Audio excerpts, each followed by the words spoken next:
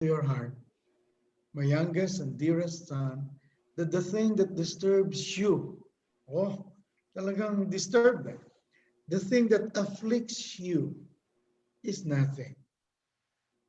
Do not let your countenance, do not let your heart be disturbed. Nada de turbe, no? Am I not here for you, I who am your mother? And that became famous, no? Di ba ako yung nanay mo? Nanay ninyo. Are you not under my shadow and protection? Am I not the source of your joy? Are you not in the hollow of my mantle, in the crossing of my arms? Do you need anything more? Let nothing else worry or disturb you. Yun. So, siguro, sama-sama natin pag nilayan ito, when Mother Mary appeared to the Aztecs of Mexico, she was addressing a kind of a disturbance. Ano ba yan? They were just colonized by Spain. They were devastated. And we'll talk about it. Siguro, kung i-transfer natin dito to, Mother Mary, uh, is it worth celebrating Christmas? Tuloy ba yung Pasko? Dami-daming problema namin. And we can hear Mary saying, do not be disturbed. Tuloy lang. Tuloy lang. Siguro, let's face this squarely. Tuloy, paring Bert, tuloy ba ang Pasko? Is it worth celebrating? Siguro yung iba, A, tuloy na tuloy, or B, well, so. Baka hindi muna. Okay, tone down lang muna tayo. Pero ang gusto kong sabihin dito, sa kabila ng pagsubok, despite all the trials and challenges, tuloy pa rin po ang Pasko. Bakit? Kasi tuloy-tuloy rin naman ang malasakit at pag-ibig ng Diyos. Sabi ko nga, doon sa concert namin, magsara ng lahat, magsara ng mall, magsara ng lahat. Pero hindi magsasara ang pinto at bintana ng kagandahang loob ng Panginoon. Yun po siguro yung message ni Mary, di ba? Don't be disturbed. All your troubles and trials are nothing compared to the beauty, the power, the glory that is being offered to us through Christmas. Kaya tuloy ang Pasko. Ito po yung outline ko. Tuloy ang Pasko ng sambayanan, pero muntik na hindi matuloy. Marami ring pinagdaanan yung unang Pasko. Tapos luluksod po tayo dito sa Guadalupe. At kung merong oras pa, yung mga parenting, no, na implication nitong pagdiriwang natin. Number one, biniyayaan tayo ng Diyos na isang sambayanang may matibay na pagmamalasakit sa Diyos at isa't isa. At ito yung pinanggagalingan ng ating matibay na pagharap sa anumang mga sakuna. Remember what happened January? Oh, devastation sa Taal. Enero pa lang, buena mano na. Pumutok ang bulkang Taal. So, nagsimula na tayong rehabilitation. Aba, maya-maya. Pero, makita ninyo, hindi nagpapatalo ang pag-ibig. Hindi napipigilan ang pag-iibigan. Ginawa pang background itong couple na to, yung pagputok ng Taal. Ano yung sinasabi natin? Dito sa ating sambayanan, meron tayong likas na kultura ng tibay ng loob. Ganon din ang kasalan, kahit baha o bumaha naman, pero tuloy pa rin ang kasalan. No? Ibang klase yung Pilipino eh. Kahit nga pati yung simbahan, lumubog na. O sige, tuloy pa rin. Tuloy din ang umpukan. No? Tuloy rin ang paggalaw ng katawan. Lalo na ng mga kabataan. Tuloy rin ang sigla ng mga musmos. Mapapansin yan. Gumaganyan pa yung bata. Tapos tuloy din ang pamamahinga ng isipan. Hindi ito madadala sa therapy, sa counseling. Ano ngayon pong babad yung paa. Tuloy rin ang pagiging malapit sa mga mahal sa buhay. Yung yakap ng nanay. At maya-maya maipagdiriwang natin ito sa Pasko. Tuloy hanggat kaya ang kainan. Buti pa yung lechon na to, lumulusong sa baha. At tuloy rin ang konting inuman kahit na nauulanan. Likas sa atin, sa kultura ng Pilipino, na hindi tayo basta nagpapatalo. No? Sorry. Tuloy ang pagsagip sa buhay. Nakita niyo pa macho-macho yung mga lalaki, pero very gentle sila sa bata. Ito larawan to ng Bethlehem. Tuloy ang pananampalataya at pagmamahal sa ating inang bayan. Kita mo naman ito, devastation, pero hindi po pwedeng pigilan ang tibay ng pananampalataya na sagisag ng parol. Pero yung parol, hindi basta parol. Ginawang ka-color ng Philippine flag. Gusto natin pagdiwang ito. Saan ang gagaling ito? Tuloy ang pananampalataya. So our faith and our love of country survives. They survive even in the face of all kinds of calamities. Tuloy rin ang matibay na pagkapit sa may kapal sa ating mga pananampalataya. Tuloy ang paghahanap ng matatakbuhan at tuloy din ang pagdating naman ng mga anghel na katuwang. Nakakatuwa. Yung iba dyan, mga tambay, tuloy ang paglikas ng panginibang bayan. Yung movement of people. We will appreciate this later on in the story of the first Christmas. Siyempre, yung mga bata kuminsan pasaway, pero pagka ganito mga panahon, natututo rin silang magdasal.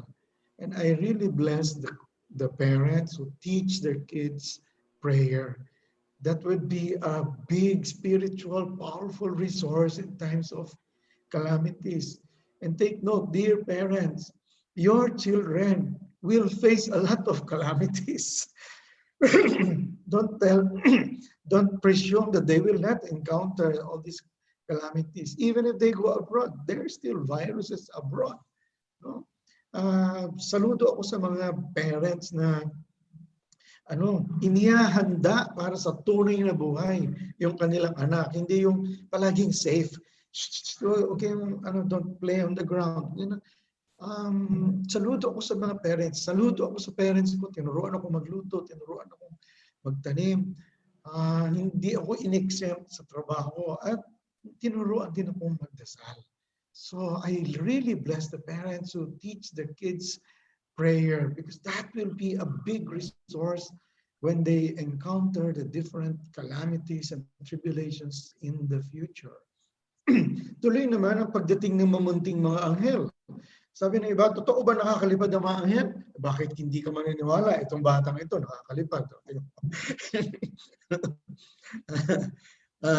Siyempre, tuloy din ang generosity. Diyan nagkakatotoo ang mga anghel, ang mga pagmamahal, pagmamalasakit ng Diyos, at tuloy din ang mga pagdiriwang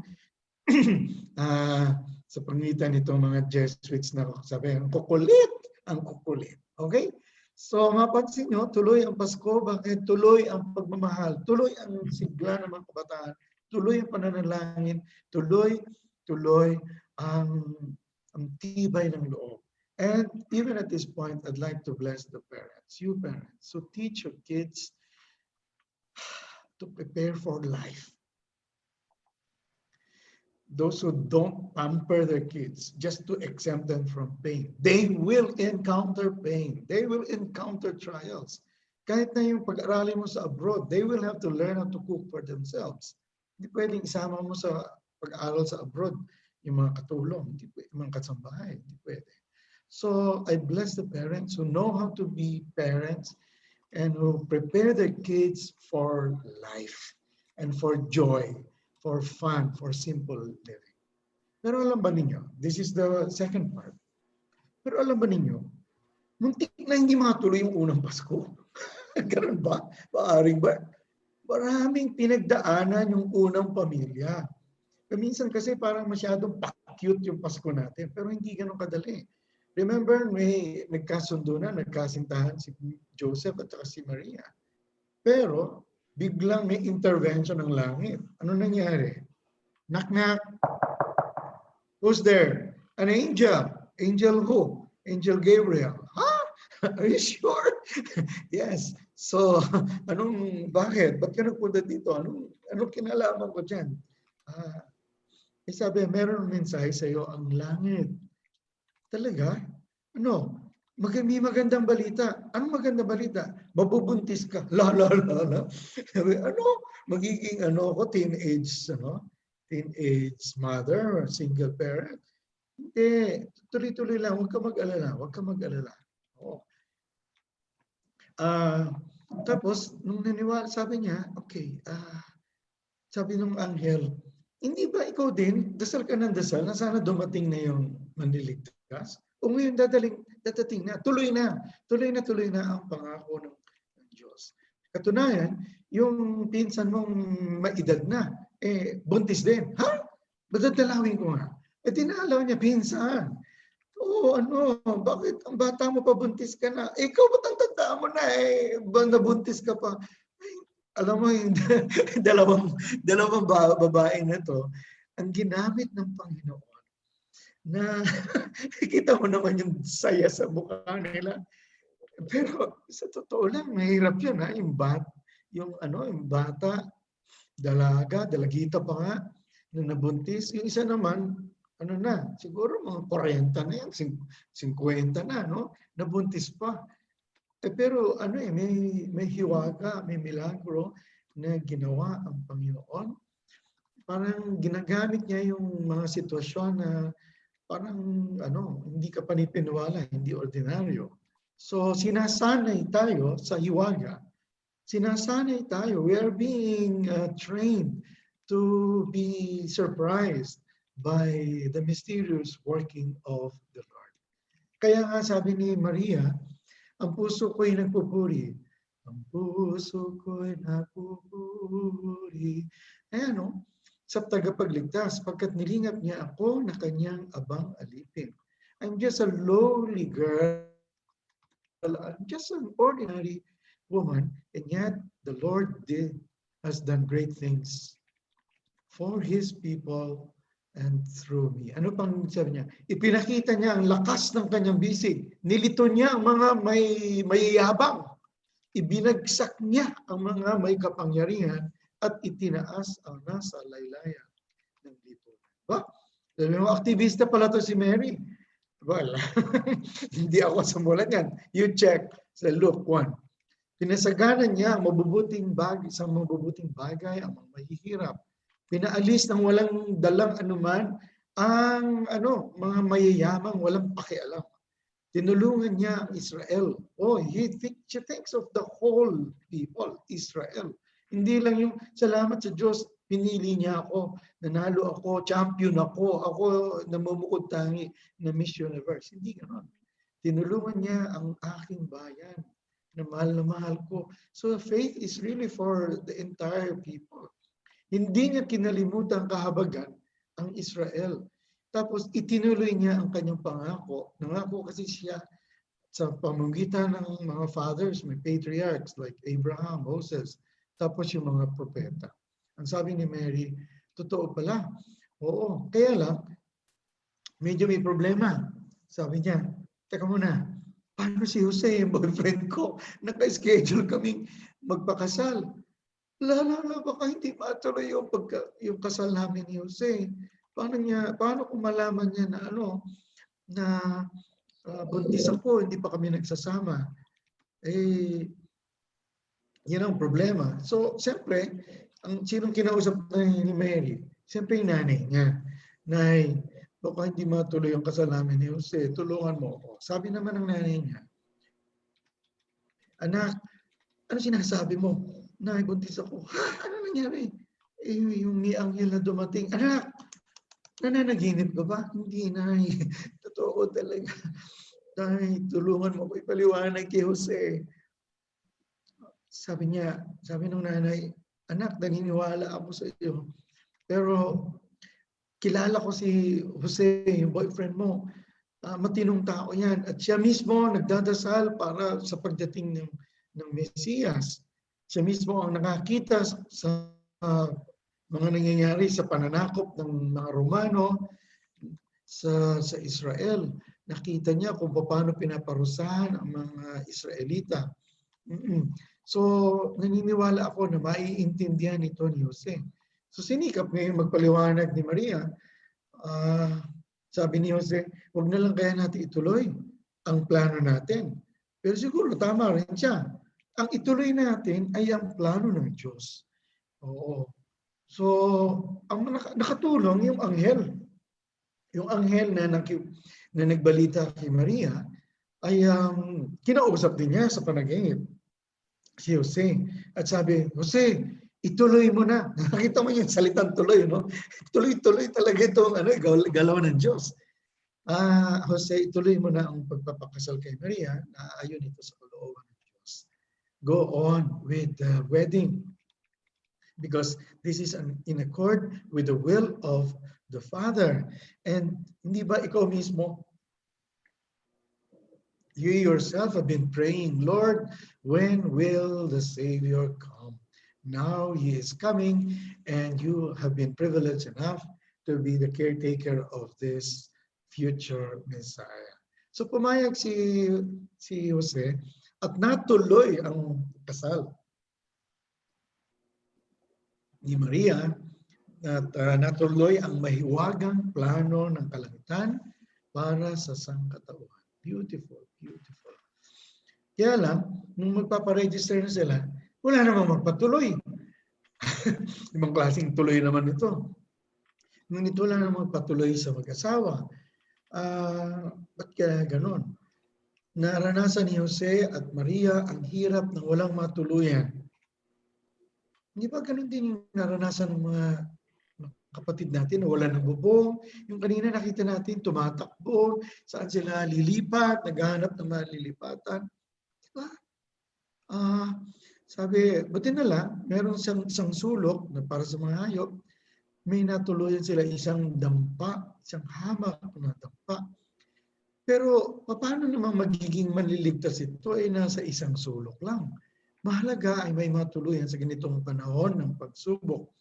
Kaya maraming salamat doon sa mga gumagawa ng mga paraan para may matuluyan. Yung mga nag-donate ng banig, ng kumot, ng una, ng damit. Salamat, no? Tapos dumating siyempre sa pagkakataon, Panginoon, nakakapagod. Tuloy ba ang Pasko? Tuloy ba yung unang Pasko? Yung iba, sabi walang Christmas tree, walang mga parol. Pagka ganyan, pag walang Christmas tree, pag delikado sa mall, tuloy ba ang Pasko? Naranasan din nila yung pagtatanong ng gano'n. Tuloy ba ang plano mo para sa amin? So, yung Pasko, maganda to eh. Kwento natin sa mga bata. You know, the real story of Christmas is not in the elaborate mga decorations, etc. Minsan, pangtakip pa nga yan eh. Pangtakip. Because you cannot tell the real story. We bombard our kids with all kinds of decorations, etc. Pero nawawala tuloy yung totoong kwento, no? And because of the series of pandemic and the lockdowns and the Taal volcano eruption and all these storms, we are invited, we are placed in a position to really reflect the real story of Christmas. Ang nakakatuwa, yung anghel na pumunta kay Maria at saka pumunta kay Jose, pumunta rin doon sa mga ordinaryong tao. Yung mga tambay, mga pastol. Sabi, gising na mga pastol. O bakit? Anong gagawin namin? Lumakad kayo. Tuloy kayo. Tuloy-tuloy lang. Saan kami pupunta? Tuloy-tuloy lang. Makikita niyo yung Mesiyas, isang sanggol. Talaga. Hanggang sa nakarating sila, sabi nung knock-knock, sino yan? Mga pastol po. Sige, tuloy. Buti nga para may mga makatulong sa amin. Pakiabot nga yung tubig. Pakiabot magsindi ka nga ng dyan, ng apoy. Okay. Pero nakakatuwa, Hindi lang naman pala mga paslit. Ang unang guest nila Jesus, nila Maria at Jose ay mga paslit. No? Ito, mga ordinaryong tao. Mamaya, makikita mo, ito yung klase ni Juan Diego. Ni Juan Diego, yung pupunta ni Our Lady of Guadalupe. Pero nakakatuwa kasi meron din namang mga may kaya, mga researchers, mga tatalino, mga scientists, mga maalam sa mga sacred scriptures na pinag-aralan nila yung scriptures, sabi nila, mayroong tanda, mayroong simbolo sa langit na lilitaw at ngayon nakikita na namin. Sinundan nila ito, tapos sa isang kanto nagkita sila, saan ka pupunta? Doon sa Mesiyas. Ako din eh. Batay sa astronomy, batay sa sacred scriptures, batay sa... Talaga? Mabuti pala, no? Nakita-kita tayo. O sige, pahingi nga ng inumin. Kinakapos na ako ng tubig. Sige, tapos sabay-sabay na tayo. Nakakatuwa, napagod din sila, layo ng biyahe nila. Tutuloy ba tayo? Sabi, tuloy pa rin ang Pasko. Ngayon, siyempre, courtesy call doon sa hari, si Herodes. Sabi ni Herodes, masama intensyon nito si Herodes eh. Kapag nakita niyo yung batang Mesiyas, tumuloy kayo dito sa akin. Okay? Bago kayo tumuloy pag-uwi. Bakit? Kasi masama ang plano nito si Herodes eh. Yung Niños Inocentes, mamaya sabihin natin. Mamaya, pumatok naman yung tatlong mago, 3 kings, 3 magi, 3 scientists, 3 scholars. Sabi, who's there? The 3 magi. Magi who? Saan kayo galing? Nagtinginan siguro si Maria at saka si Jose. Sino na naman yan? Kahapon yung mga pastol, mga uhugin, mga hampas lupa, na mga yagit sa lipunan. Sabi ni Jose, mukhang iba naman to, mga mikaya, mga scholar, may mga assistant pa sila, may mga sasakyan. Talaga, may camel. O sige, patuloyin mo rin. Kinikilabutan na si Maria at saka si Jose. Kasi nga, ano to nangyayari? Noon nagtatanong sila, Panginoon, Ama, tuloy ba ang Pasko? Dahan-dahan silang sinasagot ng Panginoon sa pamamagitan ng pagpapadala ng mga dukha. Ngayon naman, pagpapadala ng mga may kaya, matalino, na nagbibigay naman ng relief goods. Ayan. Isa nagdala ng panig. Isa may food packs. Isa may dalang ilaw, kuryente, kalabasa. Ngayon, pero nung pagka-alis na yung 3 hari, binulungan naman sila ng anghel. Huwag kayong tumuloy kay Herodes. Papatayin niya mga bata. May death threats. Balita namin, meron kaming intel report na may death threat. Kaya umiba sila ng landas at nakalusot sila. Pero siyempre, nalaman din ni Maria at ni Jose na may death threat pala doon sa bata. Yung mo, bata pala, may death threat na. Hindi lang naman kami yung may death threat. Sabi, tumuloy kayo, tumakas muna kayo doon sa Ehipto. Saka na kayo bumalik kapag wala na ang mabagsik at kriminal na pinuno. Ganon. So, naligtas yung bata. Malayo yung pinaglakbayan nila Jose at ni Maria. Para silang nag-OFW noon. Galing sa Palestine. Nakita mo yung Palestine. Tapos hanggang sa Egypt, may pagka-disyerto pa yan. Ang hirap-hirap. Ang liit-liit pa ng bata. No? Naging migrant workers sila, naging bakwit, refugees. Egypt, Bethlehem to Egypt, mga 300 miles. Ang layo rin. Tapos kapapanganak lang ni Maria. So, hindi ito basta pakyut. Ang dami. Ikwento niya naman sa mga bata. Hindi yan basta pakyut lang. No? Pinaghirapan din yung unang Pasko. At kaya ngayon, pagka nagtatanong tayo, tuloy ba ang Pasko? Bakit? Porque may paghihirap, hindi tuloy ang Pasko. Tuloy. All the more that we should go on celebrating the hidden mechanism of God's salvation. Kahit na mapalayo pa tayo, kahit na magkaroon ng death threat, kahit na meron pang mga mga pagsubok sa daan. Kaya nga ito ang isang malungkot na bahagi dito. Pag December 28, di ba? We commemorate the killings, extrajudicial killings of this. Nagre-request sila ng itong mga bata na nadamay tuloy, no? Naalala ko tuloy ibang mga ginagawa sa ngayon. So Christmas was not a cute thing. Pero sa kabila noon, tuloy pa rin ang Pasko. Totoo nga, tuloy ang pagliligtas ng Panginoon. Yun. So makita natin sa kultura, mayroong tayong pinagdadaanan, pero tuloy ang Pasko sapagkat sa ating mismong kalooban, sa ating kultura, mayroon tayong tibay at yaman ng kalooban. Okay? At hindi tayo nagpapatalo, at ito ay nanggagaling din sa pananampalataya at sa ating pagkatao bilang mga Pilipino. Ngayon, kung titignan mo, sila Jose at Maria pala, ganun din ang pinagdaanan. Hindi ito basta puro hamon, queso de bola, etc. Katulad ng mga maraming kanta. Anong laking hiwaga sa langit at sa lupa na ang Diyos na may likha ay naging ating kapwa. Okay? Ngayon, yan ang Christmas card ko para sa inyo. Ngayon, lulukso tayo sa Guadalupe. Ano kaya ang magiging posibleng connection nito? December 12 pa naman talaga yung pinili nyo. No? Ano ba nangyari sa Guadalupe? Kung magsisimba kayo ngayon, ito yung readings for today. Advent and Feast of Our Lady of Guadalupe. Sabi dito, a great sign appeared in the sky, a woman clothed with the sun, with the moon under her feet, and on her head a crown of 12 stars. She was with child and wailed aloud in pain as she labored to give birth.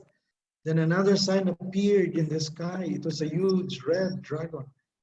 Grabing mga symbolism yung nasa scripture. Ang ganda. Oo. Pero there's a woman clothed with the sun. And so many symbols, the stars. Its tail swept away a third of the stars in the sky. Wow. Ito yung nasa scripture. Siguro pag nilayan natin ito, according to the story. What was the story about? In 1531, Virgen Maria appeared to a native Aztec, Juan Diego. Yung pangalan niya Juan Diego, pero siya, lumad, katutubo na Aztec. Kaya Juan Diego, ibig sabihin na convert na siya, no? Hindi siya maliit na bata, pero parang pastol na ordinaryo tao lang. Now take note of the year 1531. 1521 nung punta si Magellan dito sa Pilipinas, no? When she appeared to Juan Diego, her face was that of a mestiza woman. Hindi yung puting-puti, mestiza. Kaya si Juan Diego naka-identify, no? Mestiza, ibig sabihin, hindi siya puting-puti. May halong dugo at kulay ng katutubo. Morena. And her clothes were full of symbols. Full of symbols. Uso naman talaga yung symbols noon. No? Following the example of Jesus, Mary is close to her children. She accompanies them on their way as a solicitous and generous mother and shares the joys and hopes, the sufferings and anxieties of the people of God. So pang buong bayan siya, who are called to form part of all the peoples of the earth. Pang buong sanlibutan. The appearance of the image of the Virgin on the tilma is the cloak, of Juan Diego was a prophetic sign and an embrace, Mary's embrace. So take note, 1531, what is the significance of that? and sinasabing trials and tribulations of the Mexican people. What is the significance of 1531? Well, 1521, the Spanish conquest of the natives of Mexico. Ito nakalagay na Caída de la Gran Tenochtitlan ante las tropas de Hernán Cortés. The fall of the great Mayan civilization. No? 1521. So 10 years pa lang after the devastation of the colonizers. Parang sitwasyon ng Israel noon na sinakop ng mga Romano. The Aztecs were devastated. They were killed. Many of them were killed by the colonizers. And Mary spoke in, pero ang mabuti, na-touch si Juan Diego.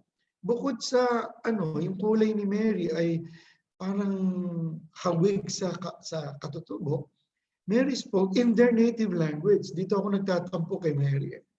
Nung nagpapakita siya dito sa lipa, bakit hindi siya nagtatagalog? The lady asked Juan Diego to go to the bishop. Of course, at first, the bishop did not believe. Pangatlo lang, kababalik-balik ni Juan Diego, sabi ng obispo, o sige, bigyan niyo ako ng sabihin mo doon sa babae, bigyan ako ng ebidensya. So, anong ebidensya? Sabi ni Mary, bumalik ka, pero bibigyan kita ng bibigyan kita ng mga bulaklak. Saluhin mo doon sa cloak mo. Saluhin mo. Yan, binalot ni Juan Diego yung mga bulaklak na dark pink. Kung tutuusin, bakit nagkaroon ng bulaklak doon sa disyerto na yan? When Juan Diego opened his tilma, the cloak, the image appeared. Kinilabutan yung obispo. Yung katabi ng obispo, translator yan. Yung katabi niya.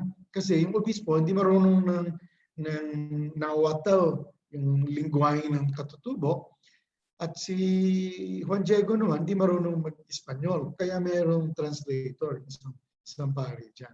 Pagbukas niya ng kanyang cloak, yung tilma, bumuhos yung mga bulaklak at nakita doon sa cloak ay mayroong larawan ni Mary. Ayan, yung sa likod ko. Ganda. Ngayon, ang kinilabutan yung obispo. Bakit? Sabi niya, walang ganyang bulaklak dito. At saka disyerto yung lugar mo. At saka tingnan mo na, yung bulaklak na yan, kasi yung obispo hindi naman taga doon Espanyol. Sabi niya, alam ko yung mga bulaklak na yan. Yung ganyang klaseng rosas, sa amin yan doon sa Spain, doon kung saan ako pinanganak. Kinilabutan, kaya napaluod yung obispo. Mayroong milagro. Tapos siguro sa umpisa, nagtatampo yung obispo. Ako yung obispo, sana ako na lang yung kinausap ni Mary kung totoo man yan. Pero that is how, the Lord humbles the big guys. Hindi ba yung kanta nga kanina ni yung Magnificat ni Mary, He humbles the big shots and He elevates the small guys. So pareho nako-convert. Yung mababa, naaangat ang self-esteem, yung mataas naman ay nababawasan yung kanilang yabang. Yun. So pareho silang nagkakaroon ng conversion. Ang nakakatuwa, ang daming mysteries pala doon. Hanggang ngayon, hindi maipaliwanag ng science yung mga mysteries. I don't want to go into so many details, but please check YouTube. YouTube, ang dami dyan. Pero isa na dyan, yung damit ni Mary ay maraming mga stars. Yung pala, pinag-aralan ng mga astronomers, the arrangement of the stars on the cloak of Mary was the exact imprint of the constellation of stars that could be seen in the horizon on December 12, 1531. Paano na i-painting doon yun? Oo. Tapos pinag-aralan nila yung cloak. The material of the cloak was came from the material that comes from cactus. Magaspang, hindi yan parang silk. Pero ang nakakapagtaka, bakit yung painting walang brush strokes? Basta isang buong ganun lang. Isang buong na-imprenta na ganun. Wala pa naman printing press ng araw. Tapos walang mga linya ng mga brush strokes. Tapos nakakatuwa, yung may nag-aral tungkol doon sa mata, in-enlarge niya yung isang scientist. At anong nakita doon? Mary's eyes depict the image of Juan Diego, Bishop Juan de Zumárraga, Juan Gonzalez, the interpreter. So nung in-enlarge nila yung retina, yung mata ni Mary, hando doon yung mga larawan ng mga tao na kaharap. Ibig sabihin, yung cloak na yan ay si Mary. Tapos yung mga nakapaligid na mga tao, nung binuksan yung tilma, na-picturean sila at hando doon sa mata. Isn't that like the angel Gabriel announcing to Mary, the Spirit will overshadow you? This is a miracle. It's not very easy to understand, but please, in faith, you take this. Yung NASA, yung sa US, pinag-aralan din nila. Yung mismong tilma ay yung temperature, kung lalagyan mo lang ganyan, temperature, ay temperature of a living body. A living body. So many miracles. Tapos noong 1921, 90 years after, panahon ng mga communist, mayroong naglagay ng bomba doon sa simbahan, pinasabog, sabog lahat yung marble altar, etc. Yung cross bumalik nabali. Pero nakakapagtaka, itong tilma ay hindi nasira. Hindi kumupas. Hanggang ngayon, they cannot explain how come this cloth already survives even after 470 plus years. And the color remains the same. Grabe. Important. Guadalupe's tilma conveys a lot of meanings through the symbols. So hindi lang yung milagro na scientific. No?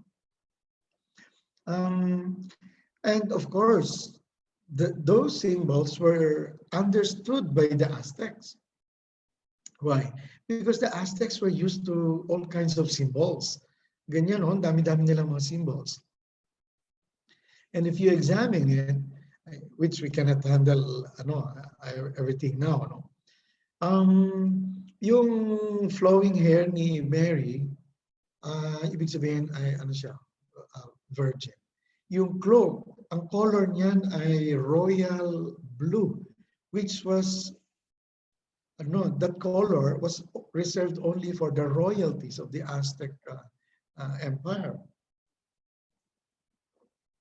Tapos mapansin nyo, doon sa likod niya, yung sikat ng araw. That means Mary was eclipsing the sun god. She is greater than the gods of the Aztecs.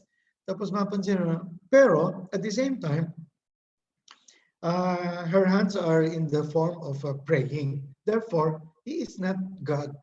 As a matter of fact, she is the messenger coming from God. Yung sa paligid niya maraming mga clouds, meaning she is from the heavens. And the Aztec people recognize that.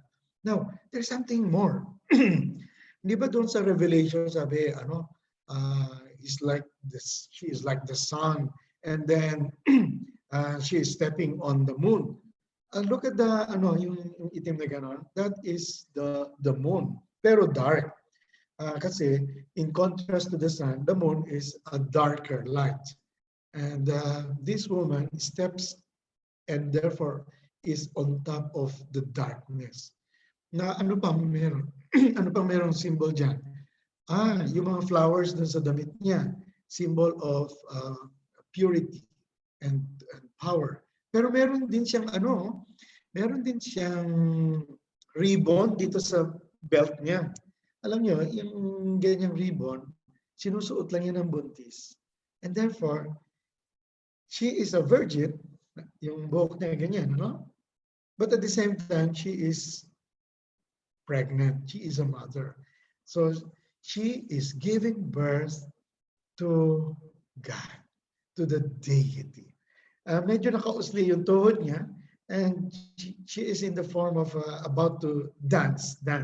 And the Aztecs are very, very fond of dancing. Beautiful. Tapos yung mga stars, yun yan, nabanggit ko kanina, ay constellation. Kung i-enlarge natin, yung meron siya dito sa cross, sa choker niya, merong cross. Meaning, she is a disciple of Jesus. Beautiful. Kinikilabutan din po ako. By the way, siguro ano lang ako, advertisement. Ako po, lumaki ako sa Ubando, Bulacan. Bagamat pinanganak ako sa Mindanao, lumaki ako sa Ubando, Bulacan. Meron din po kaming sariling Mary. Itong Nuestra Señora de Salambao. Nakita yan si Mary nasa balsa. Yan. So it's also full of symbols, and I'm also used to enjoying the interpretations of symbols. Yan. Next. So every people, mapansin mo, dami-daming Mary kasi nga Mary inculturates herself to the different tribes, different cultures. Pero aside from those miracles na indestructible, etc., there is a bigger thing, the moral conversion of Mexico. Within 8 years of Our Lady's miraculous appearance, 9 million of the native people of Mexico converted to Catholicism. So it's not really power. It's not the guns. It's hindi kapangyarihan o brutality that really converts people. It is the personal touch of the deity, especially through Mary. Dito rin sa Pilipinas ganun that a whole people is converted. Pero take note, this is not just for individual souls only. This is for the entire community with cultures, with colors and sets of symbolisms. So our faith does not and should not destroy the beautiful culture. Now, this is something I'd like to invite you as parents. Don't take away your kids from popular spirituality. Ano ba? Yung mga pagsindi ng kandila, joining the processions, etc. Hindi yung porke nag-Ateneo na, hindi na marunong magsindi ng kandila, hindi na marunong sumama sa prosesyon. Corny. Hindi. Mary's Guadalupe apparition affirms the indigenous culture. People gather around the basilica these days. They come from all over the place and they pitch their tents. Something happens. So, postpone nila ibang trabaho nila because there is something more important here. Okay? Now, giving energy to Mexican community. Devotions, dear parents, devotions are for the entire people with all their pains, their struggle, their dreams, their hope, their faith. We don't take away our kids from the struggles of our people. No, Mary came not just for one individual, Juan Diego, but for the whole people that he represented. And she also respected the church by saying, go to the bishop. But at the same time, she affirms the indigenous people's culture. Ang ganda-ganda. So I'm about to finish now. So listen, put it into your heart, my youngest, dearest sons. that the thing that disturbs you and your people, that thing that afflicts you is nothing. So do not let your countenance, your face, your heart be disturbed. I am your mother, am I not? Are you not under my shadow and protection? Am I not the source of your joy? Are you not in the hollow of my mantle, in the crossing of my arms? Am I not embracing you? Do you need anything more? Let nothing else worry or disturb you. But please teach your kids to love your people because they are my people and for them. And in me, I carry all the symbols of the joys and the sufferings of the people. No? Ang ganda-ganda. Um, so, huwag nyo na itanong, tuloy ba ang Pasko? Porky walang ganito, porky walang ganon. Hindi, tuloy ang Pasko. Pero mas malalim na pagdiriwang ng Pasko. So, in this Advent recollection, I thank you for listening and joining me. But I hope we learn how to tell the story of the first Christmas, because it will give us energy and light, and it will connect us to the people with their sufferings, with their joys. It connects us with the energy of our culture. It affirms us as Christians, as believers. We are a beautiful people. We have suffered a lot. We are still suffering, but please let your kids be saints and heroes of this nation, this Catholic nation in Asia. So sana po yung education sa Ateneo ay hindi maglayo sa atin sa kultura, sa mga pakikibaka, sa mga pinagdadaanan ng mga tao. And I hope that your kids will become heroes and saints, not just of Ateneo, but of our people. So God bless you po. God bless you. Maraming salamat po, Father Albert Alejo, sa inyong pagbabahagi ngayong umaga. Huwag po muna tayong aalis mamaya mga parents kasi may picture taking. Pero ngayon po tinatawagan po natin si Mrs. Andrada para sa pasasalamat po.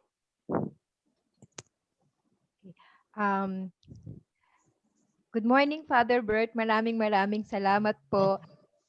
In behalf of the Ateneo Grade School community, we would like to award this certificate of appreciation to Father Albert E. Alejos of the Society of Jesus for generously sharing his time and expertise during the Advent Recollection for Parents held this 12th day of December 2020 via Zoom. Okay, maraming salamat. Pwede po ba nating bigyan ng isang clap po si Father Alejo? Maraming salamat po, Father. This is for you. Father. We would also like to call Father Salty for some closing remarks. Meron po ba kayong gusto pong sabihin, Father Salty? Hello, good morning. Salamat ulit kay Paring Bert at sana ay may napulot tayong mga magagandang insight na pwede ipagdasalan natin. At siguro yung pinakamaganda doon is yung role ng isang parent na tagapagtanggol, tagapag-alaga at nagiging daloy ng pag-ibig at awa ng Diyos sa mga maliliit na mga bata. No? Kaya gusto ko sanang bigyan ng diin yun, no? Na ang mahalagang papel ng bawat magulang para sa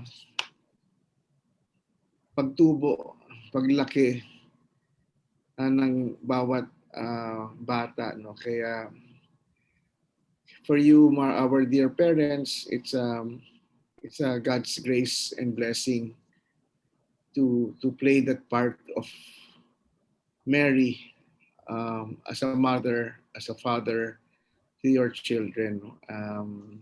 I guess, I mean, I have learned to be a parent from my parents, and being now in the grade school, seeing you parenting your children has been a very a grace-filled experience for me to see the many manifestations of love and of care and of genuine care and love. No? Hindi lang yung the abundance of giving, of having and possessing. It's not so much that, but those many gestures of love and affection that you show to your children, that is being a witness to all of that has been a source of consolation and comfort to me. So we offer this day for you, and as we remember you in a very special way on Christmas, when the family of Jesus, they are joined by strangers, by kings, and all sorts of personalities. They have all congregated in around that holy family, just as in so many ways, many people, your extended family, sana yung mga yaya, sila, sino man ang tagapag lingkod sa inyo ay madala rin nyo sa inyong pamamahay, sa inyong Belen, sa inyong tahanan sa darating na Pasko. Dahil nga sa social distancing, sa maliit na grupo na yun ay magtipon-tipon kayo. At ang nakasentro ay walang iba kundi ang pag-ibig ng Diyos na walang iba kundi si Jesus. Kaya Merry Christmas and enjoy your Christmas vacation, and we'll see you next year, and hopefully it will be a more hopeful and new year, simply because the light of hope of a vaccine can really be very inspiring and comforting to the many other possibilities that can happen in the future. No? So back to face and back to being in the company of each other once more. Kaya maraming salamat ulit kay Father Bert and sa CMO, si Ma'am Wen, and all those people who set this up. Maraming salamat. Okay po. Before we go for our picture taking, paalala ko lang po sa mga magulang, as was mentioned a while ago by Father Salty and Father Bert Alejo, we will allow the love and light of Christmas of God to shine through us through many opportunities to help others. And for us here in the grade school, the opportunity given to us right now is the Christmas for others. So maraming salamat po sa mga magulang na patuloy tumutulong, at dun pa ho sa hindi, patuloy po meron po tayo hanggang December 15 para po sa ating Christmas for Others project. So Jeff, bago lang tayo magwakas for our picture taking, hayaan niyo pong pasalamatan ko po. Unang-una si Father Bert Alejo, maraming salamat po. Marami talaga kayong fans dito sa grade school. Father Salty de la Rama for supporting us during this preparation of the Advent Recollection. Ang A-team po ng Ateneo Grade School, ang lahat po ng mga parents ng Ateneo Grade School, ang GLCs po, Mrs. Luz, Mrs. Nazario, Mrs. Salvania, Miss Castro, Mrs. Torres, Mrs. Panganiban at Mrs. Suruno, Mrs. Lian Rosales of the Computer Department, Mrs. Olan Kawilan of the Headmaster's Office, our dear Assistant Headmaster for Formation, Mrs. Kabakungan, all the grade school faculty who joined us this morning, Ms. Ace Alfonso of the Social Involvement Office, of course, Mr. Jeff Velasco, our MC and Campus Minister. Maraming salamat po. Back to you, Jeff. Ayan po. Siyempre po, hindi po kompleto ang anumang activity na walang evaluation. So matatanggap nyo po yung link ng evaluation sa inyong email. So para lang po makatulong din po tayo para ma-improve ang ating mga ginagawa sa grade school. Ngayon po, Mrs. Andrada, sino po ba ang magko-closing prayer sa atin? Mr. Ako na rin po, pero mag-picture taking po Okay. muna tayo. So, ngayon po ay paki-on po ang inyong mga camera dahil ito po ang ating evidence na tayo ay nakapag-recollection. Ang masaya po ngayong umaga ay meron po tayong 111 na participants dito sa ating Zoom call na ito. Hopefully po ay nakapasok lahat ng mga naka-sign up. Pero ito po ay magandang bilang na po sa atin, 111 po tayo ngayong umaga. So, Miss Alfonso, pwede na po tayong mag-picture. Meron po tayong 5 tab, so ngiti lang po muna. Hindi po natin alam kung nasan kayo. Okay po. First tab. 1, 2, 3. Iba yung tunog ah. Next tab po. 1, 2, 3. Next tab po. Next tab. Next tab. Ayan, hindi na. And okay na po. Okay. So, bilang pagtatapos po, Mrs. Andrada, tayo po ay magdadasal na po. Bago po tayo magdasal, Father Alejo, meron po ba kayong gustong i-promote? Meron po yata kayong librong sinulat? Meron po. Tuloy ang Pasko. dahil hindi natatapos ang pagmamahal ng Diyos, magsara na ang lahat, hindi magsasara ang puso ng ating Panginoon. Let us remember we are always in the holy embrace of God. In the name of the Lord. Hindi mo ata kailangan ata yung camera. Lord, you wait for us to come and see you. You wait to shine light where there is darkness, to show love where there is hate, to share peace where there is conflict. Lord, you wait for us to come and see you. You wait for us to remember what has been fulfilled, to prepare for what must still be done. You wait in hope and expectation, longing for us to shine through your light, to show your love, and to share your peace. Amen. In the name of the Father, and of the Son, and of the Holy Spirit.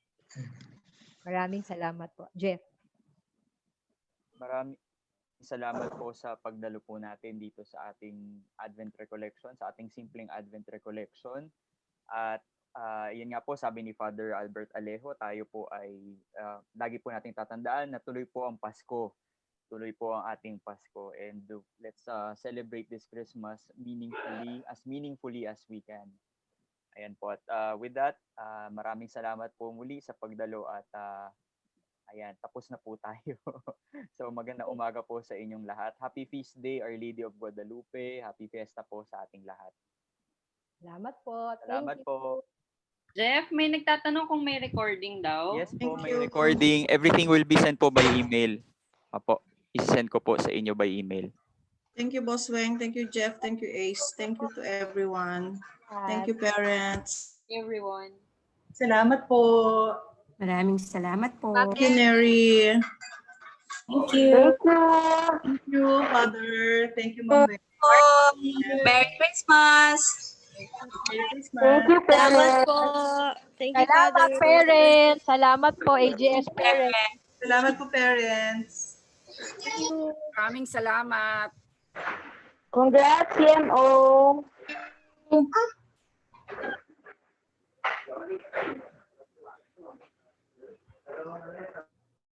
Maraming salamat, Mr. Pascual. Sir Glenn, thank you.